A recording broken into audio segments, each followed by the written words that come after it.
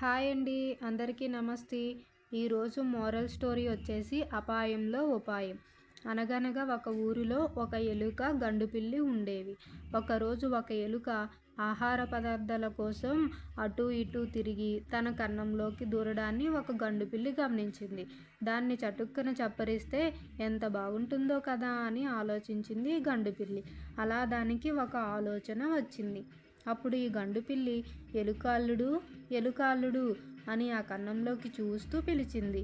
ఏమిటి పిల్లి మామ అని లోపల నుంచి అడిగింది ఎలుక.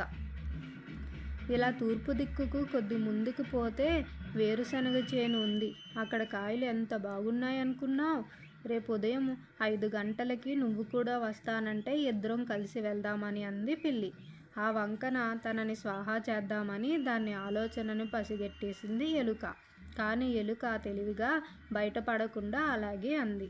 మరునాడు ఉదయాన్నే 5 గంటలకి పిల్లి వచ్చి ఎలుకని పిలిచింది. అప్పుడు ఎలుక ఏమో నేను 4 గంటలకే వెళ్ళి తినేసి వచ్చాను అని అంది. గండుపిల్లి తన కోపాన్ని గొంతులోనే దిగమింగుకొని సరే మంచిది అంది. ఇవాళ నేను వస్తూ మరో మంచి పంటను చూశాను. అక్కడికి రేపు ఉదయం 4 గంటలకి వెళ్దామా అంది పిల్లి. హా అలాగే అంది ఎలుక. మరునాడు కూడా పిల్లి వచ్చేసరికి ఎలుక వెళ్ళి తినేసి వచ్చింది. కానీ ఈ పిల్లిని ఎలా వదిలించుకోవాలి అని ఆలోచించింది ఎలుక. రోజు ఇలానే గండుపిల్లి కన్నా ముందే ఎలుక వెళ్ళి ఆ పంటని తినేసి వచ్చేది. తన పంటని నాశనం చేస్తున్నది ఎవరో తెలుసుకుందామని ఆ రోజు రైతు చెట్టు చాటును దాక్కొని గమనిస్తున్నాడు. అప్పుడు కావాలనే ఆ రోజు ఎలుక ఆలస్యం చేసింది.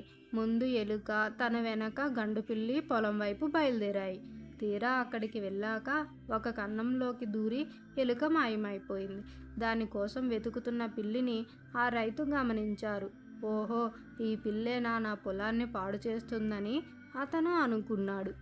అంతే, అతని చేతిలో ఉన్న బడితని పిల్లి మీదకి విసిరేశాడు. ఆ దెబ్బకి పిల్లి చచ్చిపోయింది.